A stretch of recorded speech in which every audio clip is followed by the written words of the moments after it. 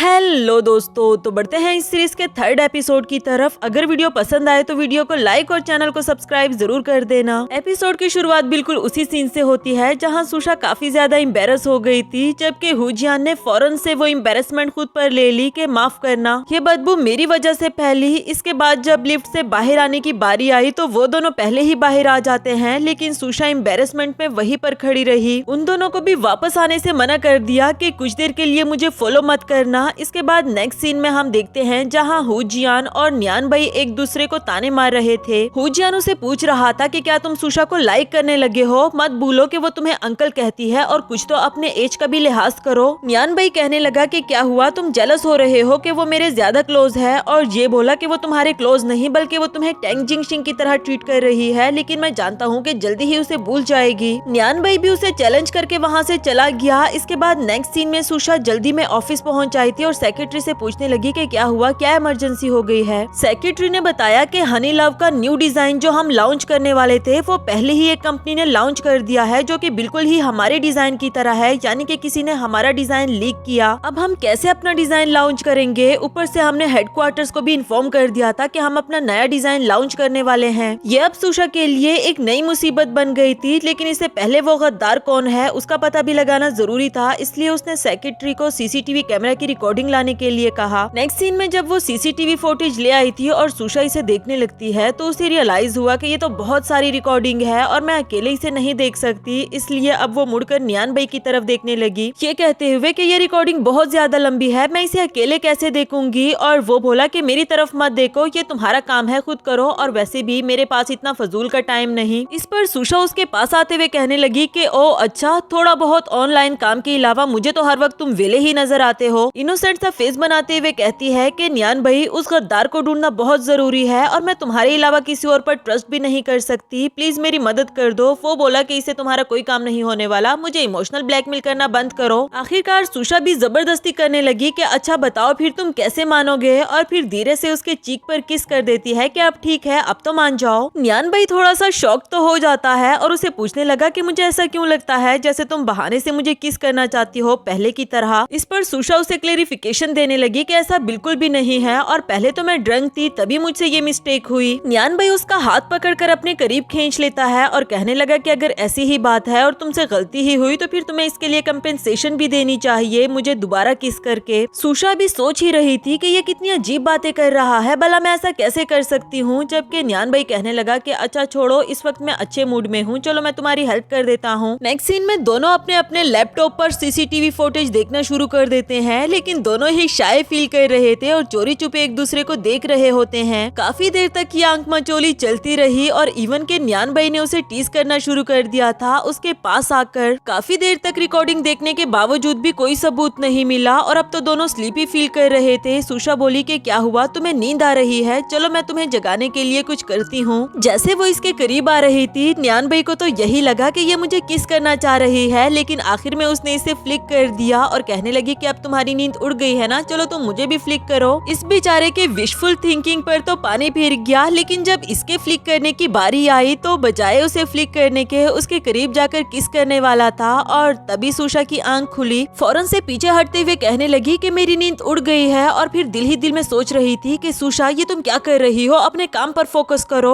शायद मुझे अभी भी नींद आ रही है, मुझे अपने रूम में जाना चाहिए। न्यान भाई ने उसका हाथ पकड़कर रोक लिया कि इस वीडियो में यहाँ का पार्ट मिसिंग है, यानी कि वो जो भी है उसने जानबूझकर ये वीडियो डिलीट की। इसके बाद दोनों वापस जा रहे थे और सुशा काफी ज्यादा फ्रस्ट्रेटेड थी कि मैं जब से वान माओ ग्रुप की प्रेसिडेंट बनी हूँ मैं इस कंपनी के लिए कुछ भी अच्छा नहीं कर पाई, हमेशा मसले पर मसले ही आते रहते हैं, काश के टेंग जिंगशिंग मेरे पास होता। उसके ये बात सुनकर न्यान भाई वहीं पर रुक गया और उसे कहने लगा कि अगर मैं तुम्हें 1 मिनट दे दूं और मैं प्रिटेंड करूं कि मैं ही टेंग जिंगशिंग हूं तो तुम उसे क्या कहना चाहोगी। साथ ही उसे टेंग जिंगशिंग बनकर हक कर लेता है कि मुझे माफ कर देना, मैं तुम्हारे पास नहीं था, लेकिन फिर भी तुमने वान माओ ग्रुप के लिए बहुत अच्छे से काम किया। मैं जानता हूँ कि तुम थक चुकी हो और कोई बात नहीं, अगर तुम गिव अप भी करना चाहो तो मुझे बुरा नहीं लगेगा। उसकी ये सारी बातें सुनकर सुशा ऊंची ऊंची आवाज में रोना शुरू कर देती है और उसे टाइटली हक कर दिया, लेकिन थोड़ी देर के बाद कहने लगी कि तुम्हारा बहुत शुक्रिया मुझे कंफर्ट करने के लिए, मगर मैं गिव अप नहीं करूंगी और मुझे माफ कर देना अंकल, मैंने आपकी शर्ट भी गीली कर दी। जबकि वो इसे चिढ़ाते हुए कहता है कि तुम बहाने से मुझे टच करना चाह रही हो क्या। ये बोली कि अगर मुझे तुम्हें टच ही करना होता तो बहुत पहले का कर देती। वैसे तुम्हारे बटन का डिजाइन बहुत यूनिक है। न्यान भाई ने बताया कि हाँ, मेरा ये कस्टम एक ट्रेडिशनल क्राफ्टमैन ने बनाया था। इस पर सुशा को याद आया कि टेंग जिंगशिंग के पास एक ग्लास का स्टेचू था जो कि ट्रेडिशनल टेक्निक से बनाया गया था। मतलब कि ट्रेडिशनल टेक्निक्स हमारी हनी लव के डिजाइन के लिए एक न्यू अपॉर्चुनिटी हो सकता है। न्यान भाई बोला कि हाँ, तुमने बिल्कुल ठीक समझा, मगर सुशा कहती है कि पहले गद्दार को ढूंढना जरूरी है, उसके बाद ही हम डिजाइन पर काम करेंगे। ये कहकर वो खुशी खुशी से आगे जाने लगी और इधर न्यान भाई सोच रहा था कि ये लड़की भी ना एक पल में इमोशनल हो जाती है और अगले पल में ऐसी खुश जैसे कि कुछ हुआ ही ना हो। नेक्स्ट सीन में न्यान भाई उस कंपनी के बारे में सोच रहा था जिसने डिजाइन लॉन्च किया कि वो हमेशा देर से डिजाइन लॉन्च किया करते थे, लेकिन इस बार इन्होंने 1 महीने के अंदर अंदर कर दिया। मतलब कि कुछ ना कुछ तो गड़बड़ है। इसके बाद वो उस कंपनी के एक शेयर होल्डर को कॉल करके पहले तो उसे मीठी मीठी बातें कर रहा था, लेकिन आखिरकार उसे क्लियर कर देता है कि मैं जानता हूँ तुम लोगों ने डिजाइन को चोरी किया, लेकिन तुम उस कंपनी के एक मामूली से शेयर होल्डर हो। अगर तुम मेरा साथ दो तो मैं वादा करता हूँ कि इसमें तुम्हें भी फायदा ही होगा। नेक्स्ट सीन में एक लड़की रात के अंधेरे में आकर कंप्यूटर चेक कर रही थी कि मैंने तो वो सीसीटीवी रिकॉर्डिंग बहुत अच्छे से डिलीट कर दी थी, तो मिस्टर लू ने क्यों कहा कि वो डिलीट नहीं हुई। इसी दौरान सुशा ने उसे पकड़ लिया था क्योंकि ये इन लोगों का प्लान होता है और कहने लगी कि अच्छा, तो तुम ही हो वो गद्दार जिसने कि हमारे डिजाइन चोरी करके सेल कर दिए हैं। साथ ही हमें फ्लैशबैक का सीन दिखाया गया जहां सुशा न्यान भाई से कह रही थी कि अच्छा, तो इसका मतलब ये हुआ कि हमारी कंपनी के किसी पर्सन ने अपना नेम चेंज करके मिस्टर लू को वो डिजाइन सेल किए। लेकिन एक बात बताओ, तुम्हारे इतने सारे ऊंचे ऊंचे कॉन्टेक्ट्स कैसे हैं? तुम मिस्टर लू को कैसे जानते हो? न्यान भाई बोला कि मैंने तो कितनी बार तुम्हें क्लू देने की कोशिश की, लेकिन तुम्हें समझ ही नहीं आ रहा कि मैं कौन हूँ। सुशा बोली कि तुम ड्रेसिंग भी अच्छी कर लेते हो और काफी बड़े बड़े लोगों के साथ तुम्हारे ताल्लुकात भी हैं। हाँ, मैं समझ गई, तुम जरूर आंटी न्यांची पर रिलाई कर रहे हो ना। न्यान भाई भी जानता था कि इस बेवकूफ लड़की को कभी भी पता नहीं चलना। खैर, सुशा प्रेजेंट में उस लड़की से कह रही थी कि बेहतर होगा तुम अपना जुर्म कबूल कर लो और सबके सामने माफी मांग लो, लेकिन वो अपनी औकात दिखाते हुए कहती है कि मैं ऐसा क्यों करूं, और वैसे भी तुम लोगों के पास ऐसा कोई सबूत नहीं जिससे कि ये बात साबित हो कि मैंने ही डिजाइन्स को चोरी किया था। सुशा को अब उसकी बातों पर काफी ज्यादा गुस्सा आने लगा कि गलत होने के बावजूद भी ये अपनी गलती नहीं मान रही। तभी पीछे से हुजियान आते हुए कहता है कि सुशा, तुम फिक्र नहीं करो, मैंने सीसीटीवी कैमरा की रिकॉर्डिंग रिस्टोर करवा ली है। और सुशा उसे वो वीडियो क्लिप दिखाते हुए कहती है कि ये लड़की तुम ही हो ना, अभी के अभी तुम्हें फायर किया जाता है। वो लड़की अब माफी तो मांगना चाह रही थी, मगर सुशा बोली कि अब मैं तुम्हारे अगेंस्ट लीगल एक्शन लूंगी, बेहतर होगा कि तुम भी अपने लिए लॉयर हायर कर लो। उसके जाने के बाद सुशा हुजियान का शुक्रिया अदा कर रही थी कि तुम बिल्कुल सही टाइम पर आए हो, और वो बोला कि शुक्रिया की कोई जरूरत नहीं, मैं तुम्हारी हेल्प कैसे ना करता, तुमने कहा तो था कि तुम मेरे अलावा किसी और पर ट्रस्ट नहीं कर सकती। न्यान भाई को सुनकर गुस्सा आने लगा क्योंकि सेम यही बात उसने न्यान भाई को भी कही थी। दूसरी तरफ से सेक्रेटरी कहने लगी कि ये मसला तो हल हुआ, मगर 4 दिन के अंदर अंदर हमें एक नया डिजाइन चाहिए, ये कैसे होगा? सुशा बोली कि इसकी फिक्र भी मत करो, मेरे पास एक प्लान है, जो कहकर वो न्यान भाई की तरफ देखने लगी। नेक्स्ट सीन में घर आकर सुशा काफी ज्यादा खुश हो रही थी कि मुझे यकीन नहीं आ रहा मैंने ट्रिएटर को इतनी जल्दी पकड़ लिया, जबकि न्यान भाई बोला कि इसमें तुम्हारा क्या कमाल, सारी मदद तो तुम्हारी मैंने और हुजियान ने की।